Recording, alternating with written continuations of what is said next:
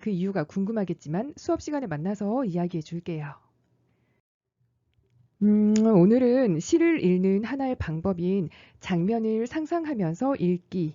이 장면을 상상하면서 한 시를 읽어보겠습니다. 물론 문학 작품을 읽을 때의 공통적인 방법이겠죠. 시, 소설, 희곡 모두 가상의 인물과 배경과 사건을 바탕으로 하기 때문에 글을 읽으면서 그 장면을 상상하게 되는데요. 한 시를 읽을 때도 한자의 음과 뜻 그리고 해석만으로 그치는 것이 아니라 한시에서 표현하고자 하는 것을 머릿속으로 그림을 그려가며 읽는다면 더 생생하고 작중화자의 심정이 내 마음으로 바로 전달돼서 충분한 공감을 이룰 수 있을 것 같습니다. 한문 수업 시간에 배우는 한시들은 언어가 문자가 한자로 기록되어 있을 뿐이지 그 전하는 바는 여타의 문학 작품이 전하고자 하는 것과 다르지 않답니다. 오히려 함축과 상징에 있어서 더 뛰어나다고도 볼 수 있으니까 글을 읽는 재미가 있지요. 자, 그러면 본문을 한번 보겠습니다. 네. 뭔가 화면에 글자가 꽉 차 있으니까 힘들고 중간에 한자가 있으니까 더 힘든 것처럼 느껴지겠지만 우리가 일단 내가 알고 있는 한자를 한번 볼까요? 우리가 알고 있는 한자는 몇 개나 있을까? 어떤 한자가 있을까? 네, 우리가 알고 있는 한자 첫 번째 구절을 보니까 첫 번째 구절에서는 열, 십자, 다섯, 오자 이 정도는 알 것 같아. 예, 15, 15 무엇을 의미할까? 그리고 첫 번째 구절 마지막 글자가 여자, 여자 이 글자도 여러분 다 알고 있을 것 같습니다. 15, 15명인가? 아니면 뭐 15살인가?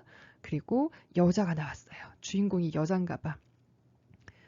그 다음에 두 번째 구절에서는 사람 인자 정도는 알 것 같고요. 또 없을 무자도 우리 바로 이전 수업 시간에 없을 무자 했기 때문에 아마 학생들 아직도 기억하고 있을 것 같습니다. 세 번째 구절에서는 글자들이 좀 복잡하게 생겼는데 맨 마지막에 있는 문자 요 정도는 알겠지. 문자. 마지막 구절에서는 우리 바로 앞 시간에 꽃화자 했었죠. 꽃화. 초두머리 부수인 한자를 공부할 때 꽃화자 했어요. 꽃도 나오나 보네. 그리고 마지막에 있는 달 월자도 알 것 같아. 달도 나오나 보네. 꽃도 나오고 달도 나오나 봐. 그리고 문도 나오나 봐. 어, 여자애가 주인공인가 봐. 뭐 이 정도. 한자만 봤을 때는 요 정도 한자를 우리가 알고 있다고 생각을 하고 선생님 수업을 한번 진행을 해보겠습니다. 다른 한자 몰라도 괜찮아요. 한자 몰라도 괜찮으니까 그냥 편안하게 수업을 듣습니다. 이번에는 한자의 모양 말고 한자의 음과 뜻을 한번 보겠습니다. 한자의 음과 뜻, 한자의 의미를 보면서 대략의 의미를 시의 내용을 한번 추측을 해보자. 아까 얘기했던 것처럼 열, 십자, 다섯, 오자가 있으니까 15이네. 이 15은 무엇을 의미할까? 뭔가 의미가 있는 것 같죠? 월나라. 잉? 월나라. 여기에 신의 개자는 신음물을 의미합니다. 앞에 삼수변 있어가지고 우리 이제 수업 시간에 몇 번 반복했죠. 삼수변 있어가지고 물이나 뭐 액체의 속성과 관련된 한자구나를 알 수 있고 시냇물을 말해요. 신의 개. 그리고 여자애가 있나 봐. 두 번째 줄 보면 부끄럽다, 사람, 없다, 뭐가 말이 없나 봐. 그리고 어떻게 했나 봐.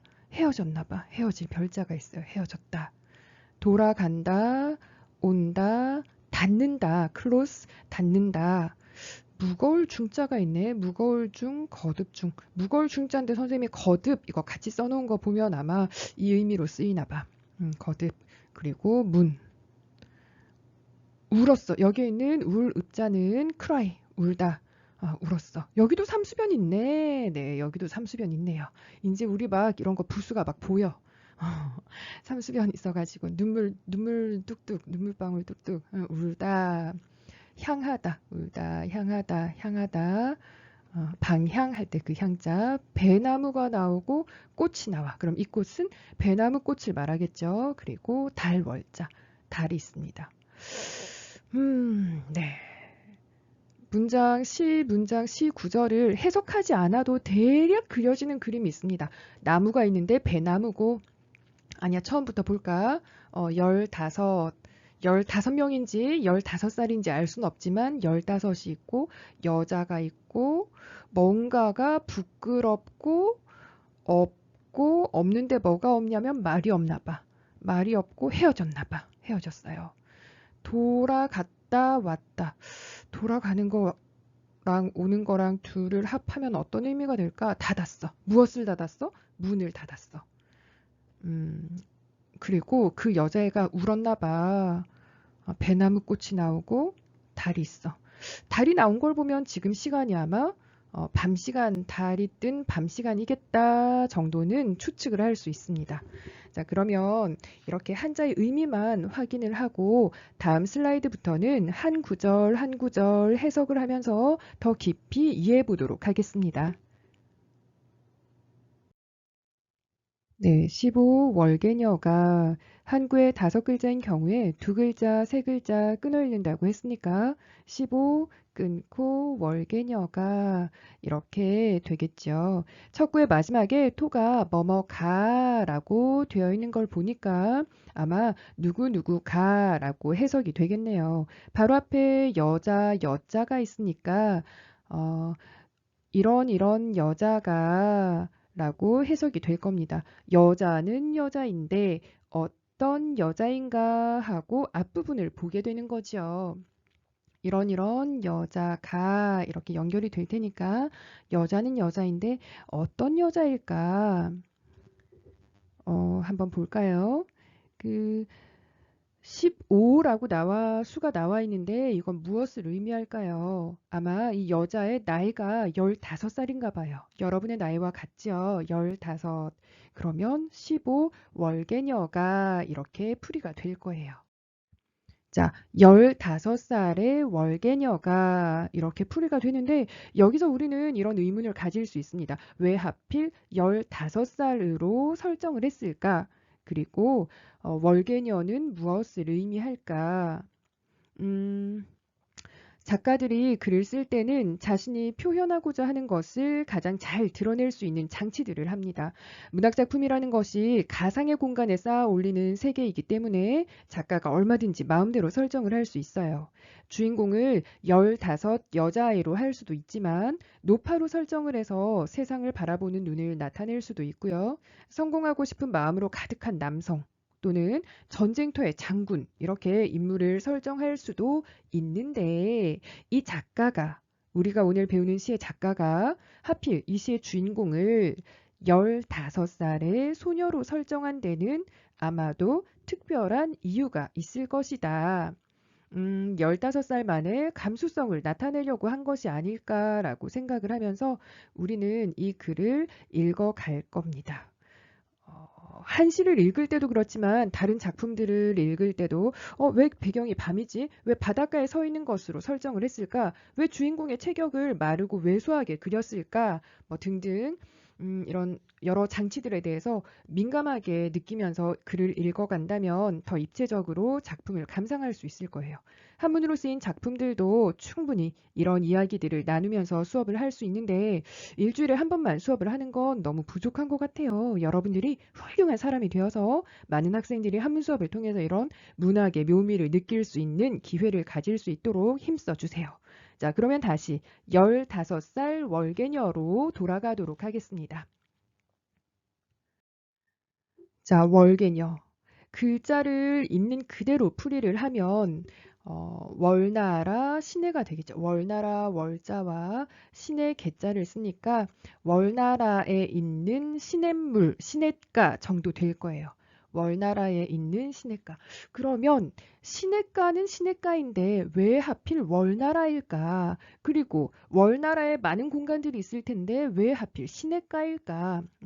월나라. 많은 나라들 중에서 월나라인 이유가 따로 있을 것이고 하필 그 공간이 시냇가인데도 특별한 이유가 있을 것이다. 아까 15, 많은 나이 중에서 15살인 나이가 따로 있다고 했죠. 아마 이 작가가 15살 만에 어떤 감수성을 나타내기 위해서 15살 나이인 인물의 나이를 설정을 했을 거다. 인물의 나이를 15살로 설정한 데는 특별한 이유가 있을 것이다. 자, 그러면 월나라 한번 보겠습니다. 월나라에는 미인이 많았대요. 예전에. 예, 그리고 시냇가라는 특성상 아마도 이 시냇가에는 여자애들이 모여서 수다도 하고 빨래도 하고 일종의 모임의 공간이었겠죠. 여자들이 모여있는 모임의 공간이었겠죠. 그래서 여기 월나라의 시냇가라는 것은 월나라 미인처럼 예쁘다. 그러니까 월나라에 미인들이 많은데 그 미인들이 모여있는 시냇가 이렇게 같이 의미를 하게 돼서 아마 월나라 미인처럼 예쁘다 정도의 의미를 가진다고 할 수 있겠어요. 예쁘다, 예쁘다는 거를 의미를 한다. 자, 정리하면 네, 월나라 15 월개녀가 즉 15 아리따운 아가씨가 15 어여쁜 소녀가 이 정도로 해석할 수 있겠죠. 그러면 우리는 이제 머릿속에 한 인물을 그려넣습니다. 15살 된 앳된 소녀. 초등학생들처럼 아주 어린 아이는 아니면서 수줍음이 많은 예쁘게 생긴 여자아이를 한 명 상상하면서 이 아이에게 어떤 일이 생길까 궁금해하면서 다음 구절을 보겠습니다. 자, 수인 무어별이라. 수인 무어별이라. 글자의 의미만 연결해 볼까요? 부끄럽다. 사람, 없다. 말, 헤어졌어. 자, 뭔가 부끄러운가 봐요. 부끄럽다. 그리고 헤어졌나 봐요. 아까 그 15 여자아이, 예쁜 여자아이가 누군가와 헤어졌나 봐요. 여기서는 사람 인자에 주의를 해서 해석을 하는데요. 여기에 있는 사람 인자는 남, 다른 사람, 다른 사람, 타인, 타인을 의미한다. 보통은 사람 인자 쓰면 그냥 일반적인 사람인데 여기서는 다른 사람, 남 이런 의미로 쓰였다. 그러면 부끄러운데 누구에게 부끄러운 거냐면 다른 사람들을 대상으로 부끄러운 거거든요. 남들한테 부끄럽대, 그 여자애가. 그래서 어떻게 했을까? 그래서, 말없이 헤어지네. 예, 남들에게 부끄러워서 말 없이 헤어지네. 라고 해석이 됩니다. 여기 무어별 세 글자는 아까 얘기했던 것처럼 이 시의 제목이기도 해요. 말없이 헤어지다. 이 구절에서도 몇 가지의 질문을 만들어 볼 수 있습니다. 자, 종이 넘기는 소리가 마이크 너머로 들릴까? 네. 선생님 지금 사실 학교 그 방송실 교실에서 수업 녹음을 하니까 소리가 울려서 방송실에서 녹음을 하고 있는데 소리 울리지 않게 에어컨을 트니까 에어컨 소리 덜덜거려 가지고 여러분들한테 좀 소음으로 들릴까 봐 에어컨도 끄고 네, 굉장히 무더운 중에 수업을 하고 있습니다. 빨리 교실에서 만나고 싶네요. 남들에게 부끄럽다고 했는데 무엇이 부끄러울까요? 자, 이 구절에서도 몇 가지의 질문을 만들어 보겠습니다. 자, 무엇이 부끄러울까? 왜 부끄러울까요? 말없이 헤어졌다고 했는데 자, 헤어졌다고 했죠. 누구랑 헤어졌지? 그 사람이랑 어떤 관계지? 왜? 어떤 이유로 헤어지게 되었을까라는 의문을 가질 수 있습니다. 또 말 없이 없을 무자 말씀어자 써가지고 말 없이 헤어졌다라는 것은 아마 표현을 하지 못했다는 의미인데 왜 표현을 하지 못했을까요? 만약에 그 소녀가 표현을 한다면 무엇을 어떤 감정을 표현하고 싶었을까요? 시를 읽을 때 소설이나 문학을 읽을 때 작품 속의 인물들이 그렇게 행동할 수밖에 없었던 이유에 대해서 끊임없이 질문을 던지면서 읽게 된다면 내 머릿속에 질문이 생기는 동시에 우리 머리는 자동적으로 질문에 대한 대답을 찾으려는 노력을 하게 됩니다. 질문을 만들기는 하되 굳이 답을 찾지는 않아도 되고 대답을 하지 않아도 되니까 일단은 여러 질문들을 만드는 것 자체가 중요해요. 만약에 이 수업을 교실에서 했다면 여러분들과 여러 상상을 나누면서 서로 이야기를 주고 받았을 텐데 네, 얼른 교실에서 만나고 싶네요. 자, 그 15살짜리 예쁜 여자아이가 뭔가 부끄러웠어. 그래서 말도 못 해보고 헤어졌대. 누구랑? 누군지 대상은 안 나와 있어요. 누군지 대상은 나와 있지 않지만 우리들 머릿속에 상상 속에는 아마도 음, 어떤 멋진 근사한 남자 아이가 아니었을까 이렇게 상상을 할 수 있죠. 네, 문장을 좀 더 시적으로 표현을 해보자면 자, 이렇게 남들에게 부끄러워 말 없이 헤어진다라는 문장을 수줍어 말도 못한 채 이별을 하네. 아이고, 네, 헤어졌대요. 근데 말도 못했대요. 너무 부끄러워가지고. 너무 부끄러워가지고 말도 못했대요.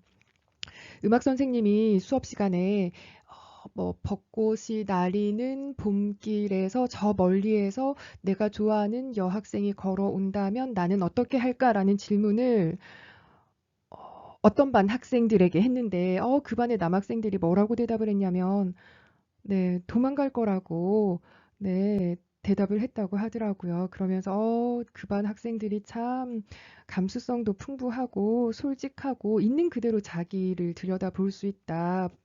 뭐 그런 아주 문학적인 감수성이 풍부한 남학생들이다. 이런 이야기를 같이 나눈 적이 있는데 멀리서 내가 좋아하는 여학생이 또는 남학생이 오면 보통은 용감하게 그 길을 지나갈 수 있는 사람이 얼마 없을 거예요.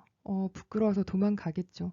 이건 몇백 년 전이나 이 시가 나왔을 그 당시나 요즘 우리 학생들이나 비슷한 감정인 것 같아. 선생님도 생각이 나요. 저 복도 끝에 내가 좋아하는 남학생이 나타났을 때, 그 옆에 차마 지나갈 수가 없어서 막 피했던, 어, 이렇게 피해 있거나 다른 길로 가거나 아니면 멀리서 그냥 지켜봤던 그런 기억이 나네요.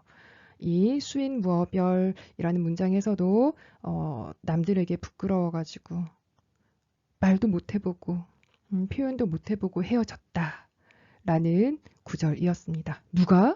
아까 봤던 첫 번째 구절에서 나왔던 15살짜리 되게 이쁜 어여쁜 아가씨가 어여쁜 소녀가 그렇게 헤어졌대요.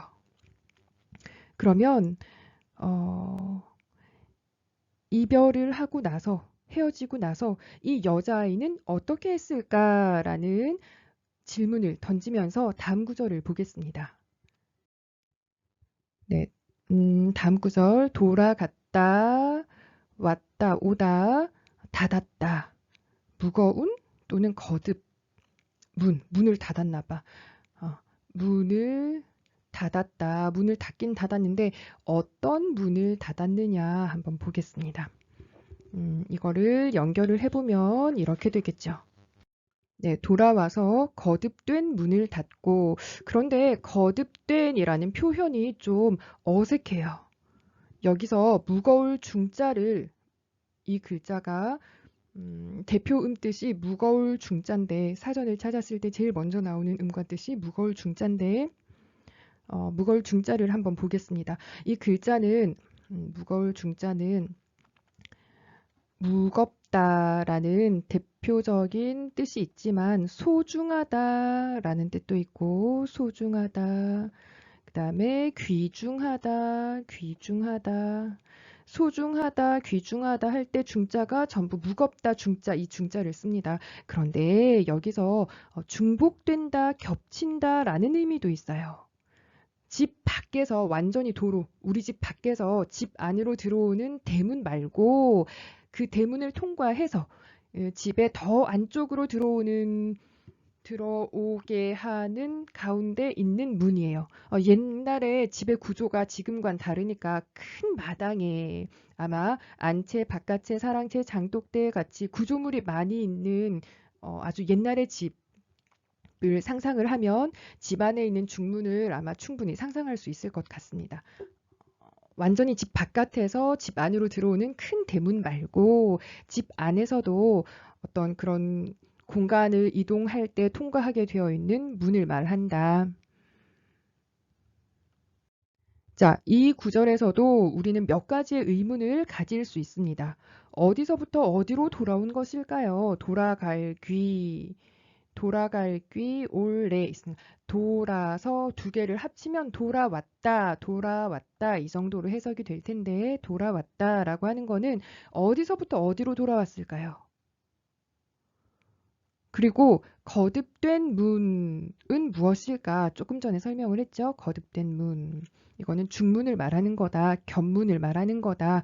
우리는 거듭된 문을 견문이라고 해석을 하도록 하겠습니다. 그리고 문을 닫았대요. 돌아와서 문을 왜 닫았을까요?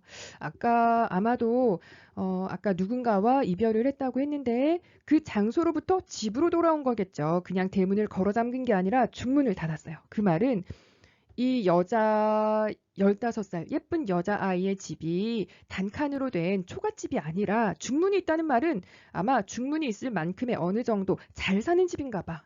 양반집? 어느 정도 경제적으로나 사회적으로 안정된 집안의 규수인가 봐요. 중문을 닫고 들어갈 만한 곳이면 사람들의 출입이 제한된 곳일 텐데 그래도 소녀는 문을 닫고 싶어요. 왜 문을 닫았을까? 여러분은 어떨 때 방문을 걸어 잠깁니까? 나 혼자 있고 싶을 때, 내 감정에 충실하고 싶을 때, 누구와 이야기 나누기도 성가실 만큼 마음이 힘들 때. 지금 이 소녀는 어때요? 우리 지금까지 시 구절을 해석한 거를 연결을 해봤을 때, 떠올려 봤을 때, 이 소녀는 지금 어떤 상태입니까? 나는 15살밖에 안 됐어. 그리고 내 마음을 표현하지도 못하고 누군가와 이별을 했어요. 굉장히 아픈 마음으로 집으로 돌아왔겠죠. 그 사람과 헤어지고 집으로 돌아왔습니다. 지금 이 순간만큼은 혼자 있고 싶겠죠. 자, 표현을 조금 다듬자면 돌아와 견문을 걸어 잠그고 정도로 해석이 되겠습니다. 그러면 우린 이제 거의 다 왔어요. 오늘은 수업 좀 빨리 마칠 수 있을까? 네. 선생님 굉장히 노력하고 있습니다. 첫 구절에서 예쁜 15 소녀가 있었고 15 월계녀가 있었고 그 소녀가 누군가를 좋아했나 본데 부끄러워서 말도 못한 채로 그 누군가와 헤어졌습니다. 집으로 돌아왔어요. 자기 방으로 통하는 문을 닫아버렸어요. 왜냐면 혼자 있고 싶었거든요. 그리고 나서 이 소녀는 무엇을 했을까? 점점 이제 우리 어떤 뭐 기대라고 해야 되나? 점점 이야기가 무르익어 가고 있어. 그래서 문 닫고 나서 이 소녀는 무엇을 했을까라는 의문을 가지고 마지막 구절로 가겠습니다. 와, 한시가 이렇게 재밌을 수 있어? 네. 울다. 아이쿠, 벌써 첫 번째 글자가 울읍자네요. 울었어. 결국 울었군요. 네, 첫 번째 글자가 울다. 네, cry. 울다. 울었어. 그 여자애가 결국은 말도 못하고 헤어져가지고 집으로 돌아와서 문 꼭꼭 걸어 잠그고 결국은 울었어요. 네, 울었어. 향하다, 배나무, 꽃, 달 이렇게 있습니다. 자, 연결해서 한번 보겠습니다. 연결해서 보니까 향하여 울면서 배꽃 아래 달. 연결해도 아직은 뭔가 어색해. 매끄러운 연결은 안 됐지만 대략의 의미는 알 수 있습니다. 울었고 울었어. 울었고 배나무와 꽃 배나무 리자와 꽃 화자 두 개 합하면 이화야 이화. 뭐 이화에 월백한다 또는 뭐 어떤 뭐 사립대학교 이름처럼 이화 배나무 꽃 배나무꽃 배나무꽃 배나무에 꽃이 폈나 봐. 그리고 그 배나무가 있나 봐. 그리고 지금은 달밤인가 봐. 달밤인가 봐. 달이 있었다. 울었고 백꽃나무가 있었고 배나무에 꽃이 펴 있었고 달이 있었다. 자, 여기서도 몇 가지 질문을 만들어 보겠습니다. 이제 마지막이야.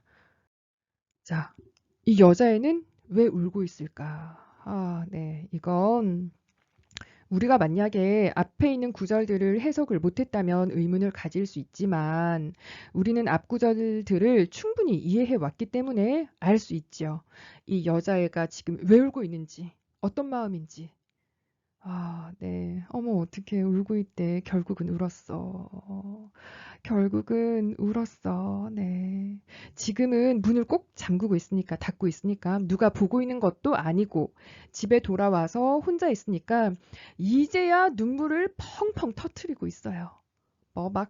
막 소리 지르면서 그렇게 울진 않고, 눈물만 뚝뚝 떨구고 있겠죠. 아이고, 네. 무엇을 향해서 울고 있을까? 향할 향자가 있는 걸 보니까, 여자애가 고개를 숙이고 울고 있는 것 같진 않아. 향할 향자, 방향할 때 향자인데, 무언가를 향해서, 향한다는 말은 고개를 푹 숙인 채 우는 것 같진 않고, 뭔가를 향해서 바라보면서 울고 있는 것 같아요. 향할 향자 뒤에 백꽃나무, 배나무에 꽃이 핀 거, 백꽃나무와 달이 있으니까 아마 배나무에 꽃이 폈고, 꽃 사이에 달이 있고, 그 달을 향해서 울고 있을 거예요. 아, 네. 저 달은 그 남자도 보고 있겠죠. 아, 상대가 남자라고 시에 나와 있진 않지만 우린 그렇게 추정을 했어요. 그 누군가가 이 세상 어디에 있더라도 달은 하나니까 저 달을 바라보고 있겠죠. 네, 아이고. 우리는 떨어져 있지만, 몸은 떨어져 있지만, 바라보고 있는 건 같을 거예요. 그 남자 마음도 같을 수도 있어. 그 남자도 어디선가 저 달을 보면서 내 생각을 하고 있을 거야. 그 사람 앞에서는 울지 못했지만, 달을 향해서는 눈물을 흘릴 수 있어요. 네. 자, 이만큼 감성이 팡팡 터지는 이 시를 사반 남학생들은 어떻게 생각할까 너무 궁금해지네요. 그리고 사반 수업 듣고 있니? 네, 사반. 그리고 감수성이 굉장히 풍부한 우리 5반 남학생들은 이 시를 또 어떻게 생각할지도 궁금해지네요. 빨리 등교해서 교실에서 이야기 나누고 싶습니다.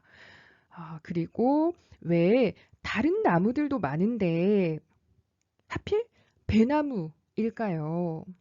음, 뭐 은행나무라고 할 수도 있고 뭐 벚나무라고 할 수도 있고 은행나무 할 수 있고 소나무 이럴 수도 있는데 소나무를 향해서 울 수도 있는데 왜 작가는 많은 나무들 중에서 배나무를 배나무에 꽃이 핀 걸로 설정을 했을까요? 여러분은 배꽃이 어떻게 생겼는지 아나요?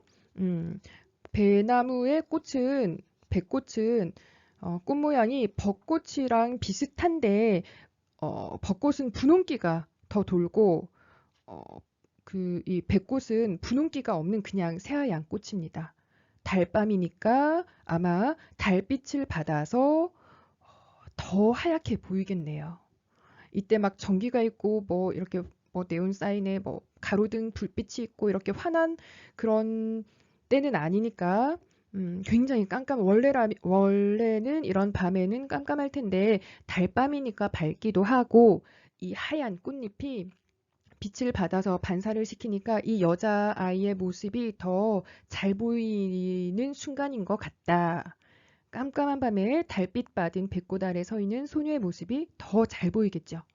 여기서 시간적으로는 밤이라는 걸 알 수 있고 백꽃은 일반적으로 벚꽃이 지고 난 뒤에 4월 중순 이후부터 개화를 한다고 합니다. 그러면 아마도 계절상으로는 뭐 4월달 봄이라는 걸 알 수 있겠죠.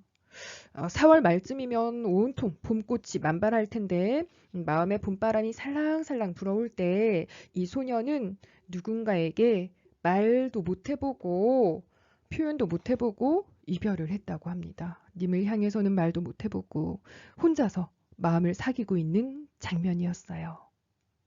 자, 그 모습과 정서가 여러분에게 잘 전해지는지 모르겠습니다. 물론 잘 전해질 거라고 생각을 합니다.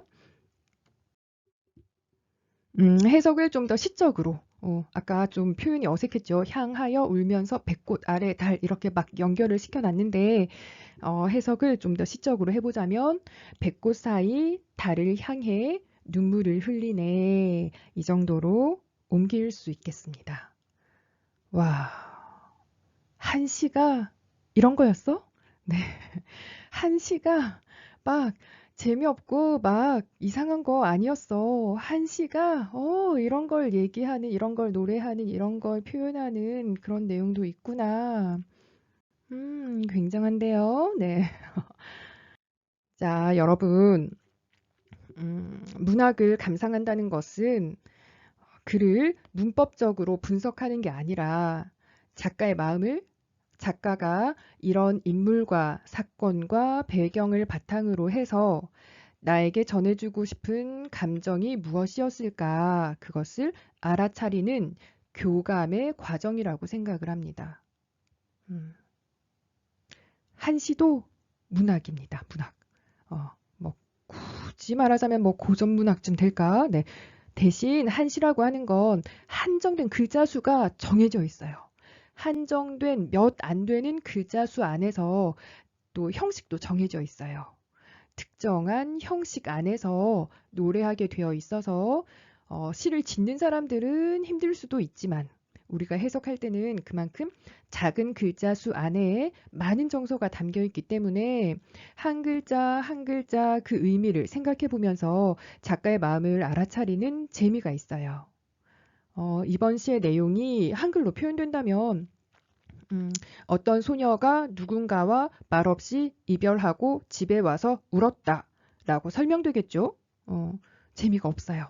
하지만 한자는 한 글자에 깊은 의미가 담겨 있기 때문에 달, 월자 하나만 있더라도 지금은 밤이고 저 하늘 위에 달이 떠 있고 뭐 주변은 고요할 것이고 뭐 이런 밤 공기가 함께 떠오르는 거죠. 한 글자 한 글자 그 의미를 생각해 보면서 작가의 마음을 알아차리는 재미가 있어요. 네. 한자씩 읽으면서 한자는 한 글자의 깊은 의미가 담겨 있기 때문에 한자씩 읽으면서 무한한 그림을 그리면서 읽을 수 있습니다. 자, 오늘은 선생님이 여러분에게 한 시를 읽는 재미를 알려주고 싶었어요. 시를 읽을 때 그림을 그려가면서 마음속에 하나의 가상의 공간을 만들어 가면서 읽는 방법을 알려주고 싶었어요. 한 시만이 가지는 고유의 멋과 맛이 여러분에게 잘 전달이 되었기를 바랍니다. 설명이 필요한 한자들은 다음에 따로 정리하도록 하겠습니다. 여러분은 지금까지 한시로 만나는 세상, 귀로 듣는 한문 수업, 마음이 고요해지는 한시 수업을 들으셨습니다. 시간 금방 가지 않았니? 네. 건강하게 지내고 다음 시간에 또 만나요.